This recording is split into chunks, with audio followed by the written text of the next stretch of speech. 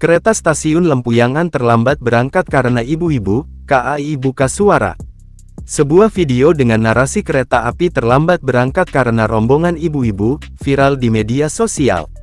Unggahan video rekaman berdurasi 20 detik tersebut dibuat oleh akun TikTok @mastuya, Jumat tanggal 15 November tahun 2024.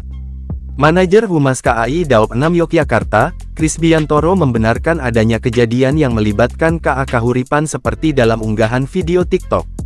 Menurutnya, peristiwa ini terjadi pada Kamis tanggal 14 November tahun 2024 malam di Stasiun Lempuyangan, Daerah Istimewa Yogyakarta, DIY. KA Kahuripan tujuan Kiara Condong, Bandung, Jawa Barat tersebut berhenti transit di Stasiun Lempuyangan dengan waktu 4 menit. Namun, akibat penumpang yang menumpuk di satu pintu masuk, kereta mengalami sedikit keterlambatan berangkat. Krisbi mengungkapkan, kondisi harian KA Kahuripan memang cukup banyak penumpang, baik mereka yang akan naik maupun turun di Stasiun Lempuyangan.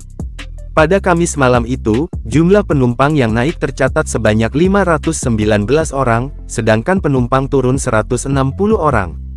Sementara, rombongan ibu-ibu yang tampak seperti dalam unggahan video menempati kereta 6 dan kereta 7.